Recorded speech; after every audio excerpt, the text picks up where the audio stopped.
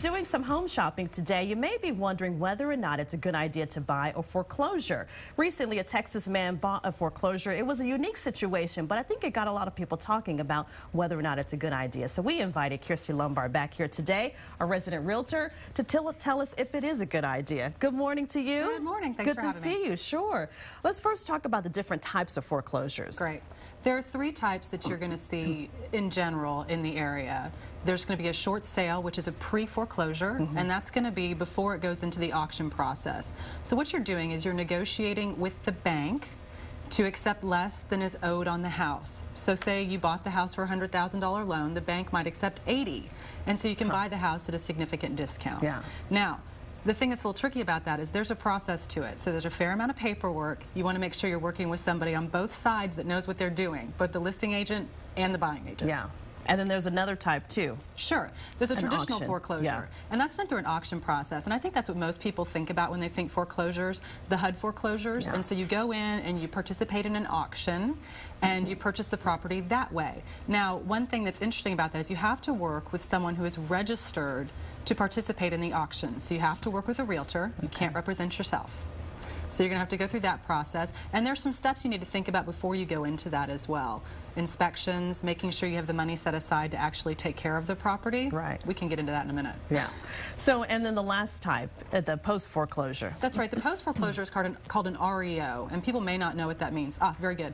That's a lender-owned property. REO stands for real estate owned. What that means is this property's already gone through the foreclosure process. Anybody that was living in the house is now gone, and the lender has taken possession of the property. So you're purchasing that property from the lender. The nice thing about this is it's a more traditional process. So you actually use a more standardized contract. You can use standardized financing to purchase it. And in most cases, the lender has gone in and really cleaned up the property to make sure it's in good shape when you buy it. So you're not walking into a big mess. Yeah.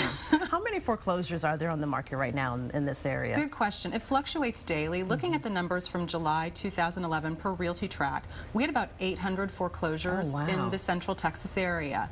Now, we're looking at about 1 in every 850 in Travis County is in foreclosure, 1 in every 450 in Williamson County. Wow. So there are foreclosures, short sales, REOs to be had. Does that say anything about the economy right now? I mean, in this area, the market has done really well in Austin, although it hasn't done well around the country. Well, it's interesting. Those numbers may sound high to you, but they're actually very good. When you look at the national numbers, they're significantly higher. So actually, we're doing very well. And the foreclosures are generally in more of the outlying areas. You don't find quite as many within the city. Yeah. So it's going to be more in the up-and-coming transitional areas. So is it a good idea to buy one? And then how do you find out whether or not it is in foreclosure if there's not a sign out front? Good question. Well, loaded question, is it a good idea? You really need to be educated. You need to make sure you work with somebody who knows what they're doing, and also be prepared, because while the foreclosure may sound really good on paper and your money may go farther than it would in other areas, there are usually some things on the back end. It's called a distressed property for a reason. Yeah. If that homeowner couldn't pay their bills, they may not also have been able to pay for their water or to service their air conditioning. They may have been able to afford food for their family instead. And so you need to make sure you have the money set aside to take care of that. Yeah. So the good price, it may be too good to be true for some people. It can be. There are inspections that you can do, and again, make sure you work with somebody who understands the foreclosure process and the types of properties that are normal for that area, and they'll be able to walk you through it. Excellent. Well, if you missed any of this, we'll have it up on our website later today at KXAN.com. Thank you so much. Thanks.